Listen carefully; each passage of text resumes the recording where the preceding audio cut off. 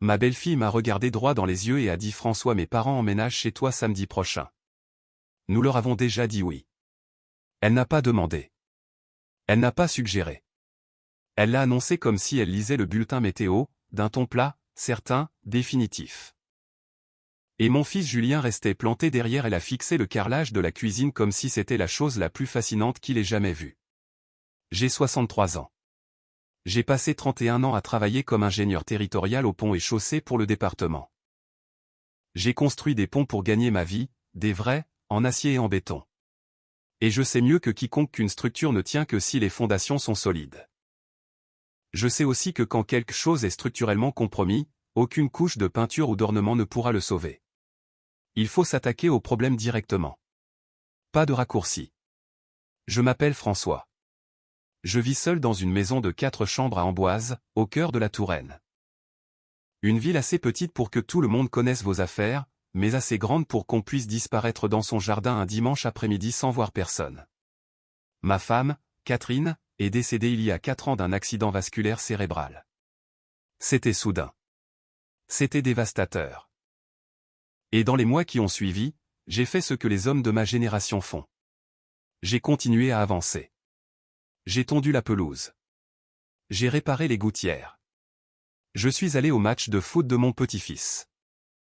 J'ai gardé la maison parce que Catherine l'adorait et parce que certains matins je me réveille encore en espérant sentir l'odeur de son café. Mon fils s'appelle Julien. Il a 34 ans. Il a épousé une femme nommée Émilie il y a environ 3 ans. Le mariage était une belle cérémonie en plein air à la fin du mois de septembre, avec vue sur la Loire. Les arbres commençaient tout juste à changer de couleur. J'en ai payé une partie importante parce que Julien me l'avait demandé et parce que j'aimais sincèrement Émilie à l'époque. Elle était vive, drôle, elle avait un bon poste de délégué médical. Je pensais que Julien s'en était bien sorti. Ce que je n'avais pas vu clairement alors, ou peut-être ce que j'avais choisi de ne pas voir, c'était la relation d'Émilie avec ses propres parents. Son père, Robert, avait pris une retraite anticipée à 58 ans après un accident de dos. Sa mère, Ghislaine, n'avait jamais travaillé à l'extérieur. Il vivait à environ 40 minutes de là dans une location à Blois, et d'après ce que j'avais compris, il n'était pas prudent avec l'argent. Robert conduisait un gros 4x4 d'occasion qu'il n'avait pas les moyens d'entretenir. Ghislaine a redécoré leur salon 2 fois en un an. Ils étaient toujours entre 2 situations financières, entre 2 emplois, entre 2 plans, entre 2 solutions qui ne se concrétisaient jamais vraiment. Rien de tout cela ne me regardait jusqu'au jour où c'est soudainement devenu mon affaire. Ça a commencé doucement, comme ces choses-là commencent toujours. Environ 6 mois après le mariage, Émilie a mentionné lors d'un dîner de famille que ses parents traversaient une passe difficile. Le véhicule de Robert était tombé en panne. Ils étaient en retard sur le loyer. Julien a hoché la tête avec sympathie, et je n'ai rien proposé car ce n'était pas ma place. Quelques semaines plus tard, Émilie en a reparlé. Ses parents cherchaient des appartements, mais tout était devenu si cher. Encore une fois, j'ai écouté et j'ai peu parlé. Puis est venu le dimanche après-midi où Julien et Émilie se sont présentés à ma porte sans prévenir. J'étais dans le garage en train de réorganiser les outils de jardinage de Catherine, quelque chose que je faisais parfois juste pour me sentir proche d'elle. Julien avait l'air nerveux. Émilie avait l'air d'avoir déjà gagné une dispute dont j'ignorais l'existence. Elle m'a dit que ses parents avaient besoin d'un endroit où loger. Temporairement, a-t-elle précisé, d'un ton qui laissait entendre tout le contraire.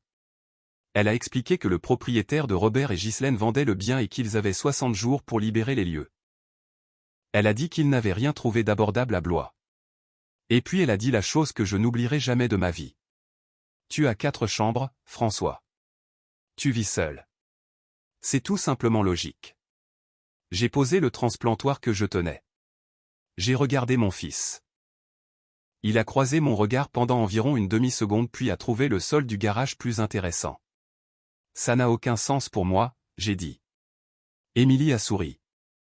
De la façon dont les gens sourient quand ils pensent que vous êtes un peu lent, François, c'est juste temporaire. 2, peut-être 3 mois. Tu as de l'espace. Cela aiderait vraiment notre famille. Je veux être clair sur une chose. Je n'ai pas élevé la voix. Je ne me suis pas emporté. J'ai simplement dit c'est ma maison, Émilie. Je vais y réfléchir. Et je suis rentré à l'intérieur et j'ai fini mon café. Cette nuit-là, j'y ai réfléchi. Sérieusement. J'ai pensé à ce que 2 ou 3 mois signifient réellement quand quelqu'un n'a nulle part où aller et aucune urgence pour trouver un autre endroit. J'ai pensé au véhicule de Robert et à l'habitude de Ghislaine de tout redécorer. J'ai pensé au fait que ma maison, la maison que Catherine et moi avions fini de payer ensemble, aurait soudainement 2 étrangers vivant à l'intérieur qui n'auraient ni bail, ni calendrier, ni obligation légale de partir. J'ai pensé au fait d'avoir 63 ans, de vivre seul, d'avoir mérité chaque matin calme et chaque soirée paisible dans cette maison. Au moment d'aller me coucher, j'avais ma réponse. Quelques jours plus tard, j'ai appelé Julien. Juste Julien, pas Émilie. Je lui ai dit clairement que je n'étais pas à l'aise avec cet arrangement. Je lui ai dit que je l'aimais et que je voulais aider sa famille, mais qu'inviter 2 adultes à vivre chez moi indéfiniment n'était pas quelque chose que j'étais prêt à faire. Je lui ai dit que si Robert et Ghislaine avaient besoin d'une aide financière pour une caution sur un appartement, je contribuerais de manière raisonnable, mais qu'ils ne pouvaient pas emménager. Julien a dit qu'il comprenait. Il a dit qu'il parlerait à Émilie. Il a parlé à Émilie. Émilie m'a appelé le lendemain soir. Cette conversation a été nettement moins agréable. Elle m'a dit que j'étais égoïste. Elle a dit que Catherine aurait voulu que j'aide la famille. Elle a dit que j'avais plus qu'assez de place et que garder une maison de 4 chambres pour moi tout seul pendant que ses parents luttaient était quelque chose qu'elle trouvait moralement troublant. Elle a utilisé cette expression, moralement troublant. Je l'ai laissé finir.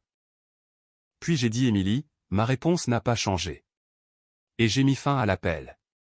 Ce qui a suivi, ce fut 3 semaines de pression venant de toutes les directions. Julien appelait pour dire qu'Émilie était vraiment bouleversée. Émilie m'envoyait de longs messages qui commençaient par « je veux juste que tu comprennes » et se terminaient par quelque chose qui ressemblait à une menace. Ma belle-sœur, qui n'avait aucune raison de s'en mêler, a appelé pour demander si j'avais vraiment dit non à une famille dans le besoin. Même Robert m'a appelé une fois, la première fois qu'il m'appelait directement, et a tenu un discours confus sur le fait qu'il m'avait toujours considéré comme un membre de la famille et que la famille prend soin de la famille. J'ai tout écouté. J'ai dit très peu de choses. Ma réponse n'a pas changé. Puis les choses ont dégénéré d'une manière que je n'avais pas prévue. Un soir, je suis rentré de mon dîner hebdomadaire avec mon ami Howard pour trouver le gros 4x4 gris de Robert garé dans la rue devant ma maison. Robert et Ghislaine étaient assis à l'intérieur. Quand je suis entré dans mon allée, ils sont sortis. Ghislaine portait un plat à gratin recouvert de papier d'aluminium. Robert souriait, le sourire d'un homme qui a décidé que la réponse à un problème est simplement de se présenter. « Nous avons pensé venir te dire bonjour », a dit Ghislaine, en tendant le plat. J'ai fait mon gratin de poulet au riz. J'ai été poli. J'ai accepté le plat. Je ne les ai pas invités à l'intérieur. Je les ai remerciés d'être passés, j'ai dit que j'étais fatigué de mon dîner, et je suis rentré et j'ai verrouillé la porte. Par la fenêtre de devant, je les ai regardés rester dans ce véhicule pendant encore 20 minutes avant de partir. 2 nuits plus tard, ils étaient de retour. Cette fois, ils ont frappé. J'ai répondu à la porte en peignoir. Robert a dit qu'ils étaient dans le quartier. Je lui ai dit que j'allais me coucher et je leur ai souhaité une bonne soirée. J'ai fermé la porte. J'ai appelé Julien le lendemain matin.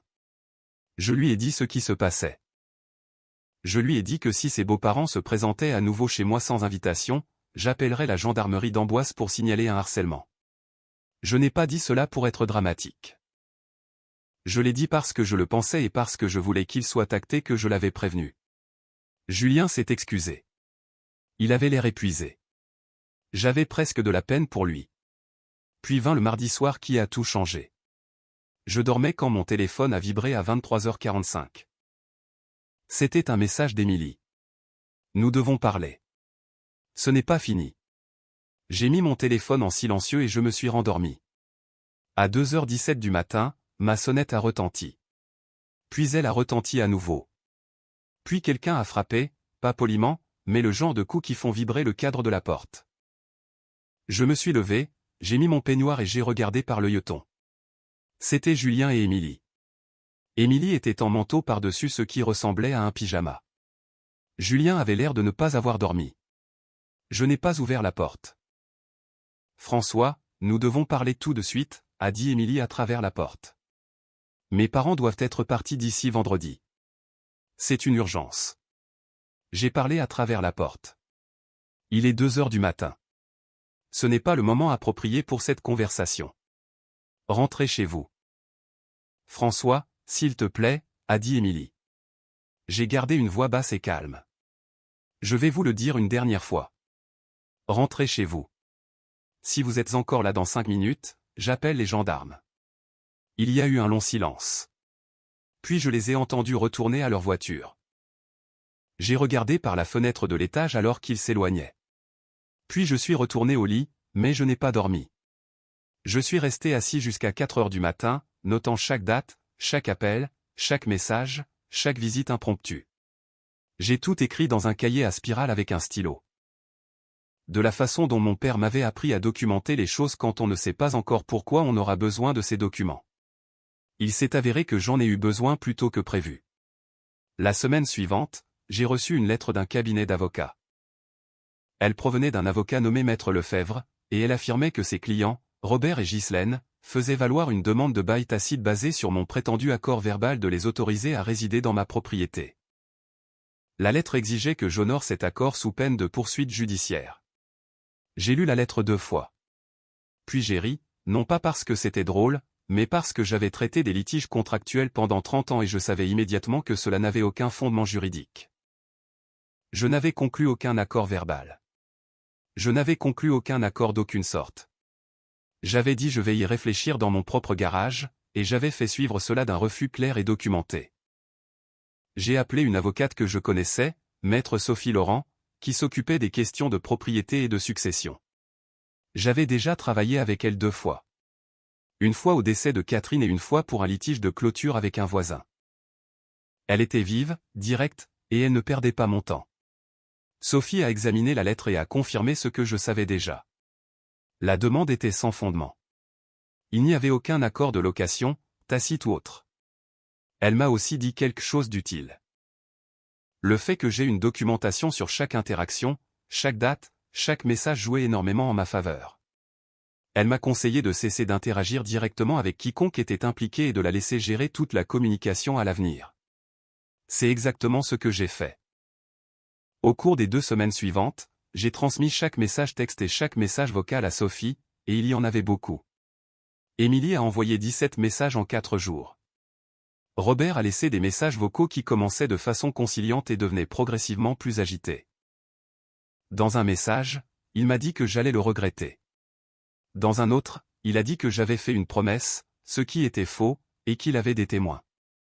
Il n'avait pas de témoins parce qu'il n'y avait rien à témoigner. Julien m'a appelé une fois pendant cette période.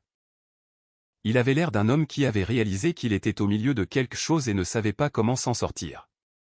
Il a dit « Papa, je suis vraiment désolé pour tout ça. » Je lui ai dit que je l'aimais et que ma porte lui était toujours ouverte, mais je lui ai dit que ce qui se passait dépassait le cadre d'un désaccord familial et que j'avais besoin qu'il comprenne que j'allais me protéger légalement si je le devais.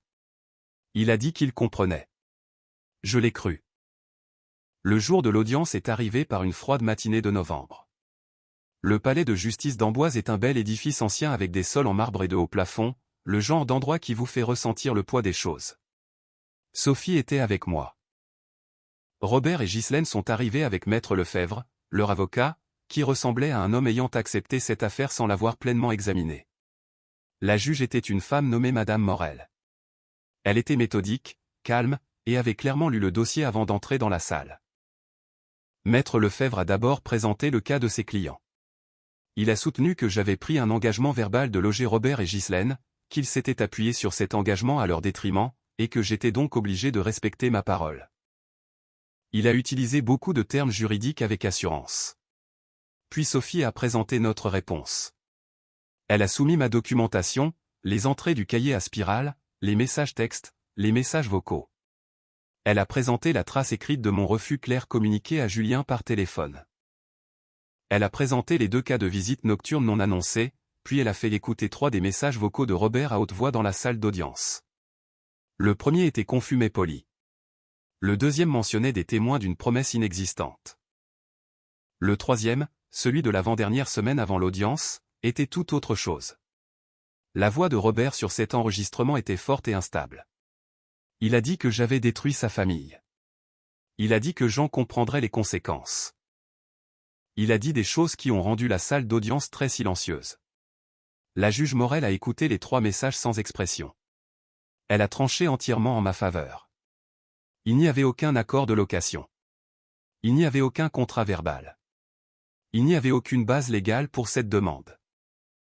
Elle a noté au procès-verbal que le mode de conduite décrit dans ma documentation, les visites impromptues, les apparitions nocturnes, les messages vocaux menaçants, étaient préoccupants.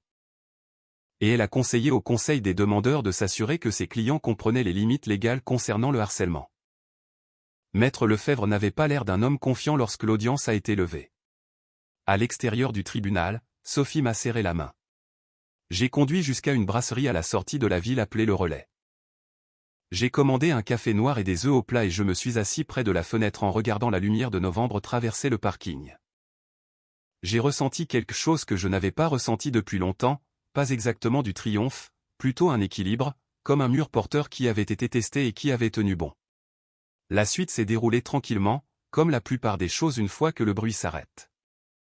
Robert et Ghislaine ont trouvé une location dans un complexe du côté de Blois. Je ne connais pas les détails parce que ce n'était pas mes affaires.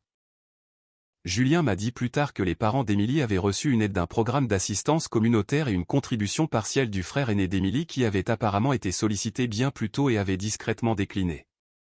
J'ai trouvé une certaine symétrie à cela. Émilie et Julien ont traversé une période difficile.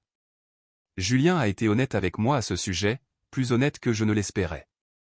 Il est venu chez moi un dimanche de décembre, le genre de dimanche froid et gris qui rend tout immobile. Il s'est assis à ma table de cuisine et il a dit « Papa, j'aurais dû dire non dès le début. J'aurais dû te protéger. » Il avait 34 ans et il ressemblait un instant au garçon de 12 ans qui m'apportait ses problèmes à cette même table. Je lui ai dit ce que je croyais être vrai. Que le mariage est compliqué, que la loyauté est testée de manière qu'on ne prévoit pas, et que le fait qu'il soit assis dans ma cuisine à dire ces mots me disait tout ce que j'avais besoin de savoir sur qui il était fondamentalement.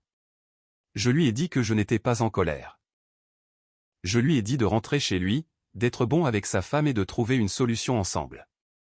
Il a hoché la tête. Il a bu son café. Avant de partir, il s'est arrêté sur le pas de la porte et a dit « Il y a quelque chose que je dois te dire. Émilie est enceinte. » Il souriait de la façon dont les hommes sourient quand le monde s'est soudainement réorganisé en quelque chose de meilleur qu'il ne le mérite. Je me suis levé et j'ai serré mon fils dans mes bras pendant un long moment. En février, j'ai rencontré mon petit-fils pour la première fois. Ils l'ont nommé Arthur. Il avait le nez de Catherine. Je l'ai remarqué immédiatement, et cela m'a serré la gorge d'une façon que j'ai appris à laisser venir. Je l'ai tenu dans le fauteuil à bascule près de la fenêtre du salon, le même fauteuil où Catherine lisait les dimanches après-midi, et j'ai regardé les arbres d'hiver nus dans le jardin et j'ai pensé à ce que cela signifie de tenir quelque chose qui appartient à l'avenir. Émilie est entrée dans la pièce et s'est assise sur le canapé en face de moi. Elle n'a pas dit grand-chose, mais après un moment, elle a dit « Je suis désolée François, pour tout ça. » Elle l'a dit simplement, sans mise en scène. Je crois qu'elle le pensait. Je lui ai dit la même chose qu'à Julien, que nous étions une famille, et que la famille a le droit d'être imparfaite, et que ce qui compte c'est là où l'on atterrit. On me demande parfois comment je suis resté calme à travers tout cela, la pression, les menaces, les coups à la porte à 2 heures du matin. Et je leur dis la vérité. Je n'étais pas toujours calme à l'intérieur. Il y avait des nuits où je restais éveillé à imaginer les scénarios. Et si le tribunal décidait autrement? Et si cela brisait définitivement les liens avec Julien? Et si j'avais été trop rigide, trop froid, trop quelque chose? Mais voici ce à quoi je revenais à chaque fois. C'était ma maison. Catherine et moi avons acheté cette maison quand Julien avait 7 ans. Nous avons peint chaque pièce nous-mêmes. Nous avons refait le toit l'année où Julien a commencé le lycée. Nous avons planté le chêne dans le jardin le printemps avant qu'elle ne tombe malade. Et cet arbre mesure maintenant 4 mètres de haut. Personne, ni Robert, ni Ghislaine, ni une lettre d'un cabinet d'avocats, n'avait le droit de décréter simplement que leurs besoins leur donnaient accès à quelque chose que Catherine et moi avions construit ensemble. Les limites ne sont pas de la cruauté. Dire non n'est pas la même chose que dire je m'en fiche. Et les gens qui vous disent le contraire, qui déguisent l'exigence en obligation familiale, ne vous demandent pas de les aimer davantage. Ils vous demandent de vous aimer moins. J'ai 63 ans. J'ai une maison de 4 chambres à Amboise. J'ai un fils qui est revenu vers moi et un petit-fils nommé Arthur qui a le nez de son arrière-grand-mère. Le dimanche matin, je m'assois dans le fauteuil à bascule de Catherine avec mon café. Et je regarde le chêne que nous avons planté ensemble, et je me dis qu'une vie peut se mesurer à ce que vous refusez de céder juste parce que quelqu'un l'a exigé assez fort. La fondation tient parce que vous l'entretenez. Cette histoire nous rappelle avec force que le respect des limites personnelles est le pilier central de toute relation saine, même au sein de la famille. François n'a pas seulement protégé sa maison, il a protégé l'héritage émotionnel de sa défunte épouse et son propre droit à la tranquillité après une vie de labeur. Trop souvent, on confond la gentillesse avec une absence de limite, ce qui finit par encourager des comportements abusifs. Ici, la réaction d'Émilie et de ses parents est un exemple flagrant de sentiment d'impunité, où ils estiment que la propriété d'un proche est un bien commun par simple nécessité. Le courage de François de dire non, malgré la pression sociale et affective, a finalement permis de rétablir un équilibre sain. Cela montre aussi que la fermeté n'exclut pas le pardon, comme on le voit à la fin avec la naissance du petit Arthur. Parfois, il faut traverser un conflit juridique pour que chacun retrouve sa juste place. Et vous, qu'en pensez-vous? Auriez-vous agi de la même manière que François face à une telle intrusion dans votre vie privée, ou auriez-vous cédé pour éviter le conflit familial? Selon vous, à quel moment l'aide à la famille devient-elle un sacrifice personnel excessif? Partagez votre opinion et vos expériences dans les commentaires, cela nous intéresse beaucoup de vous lire.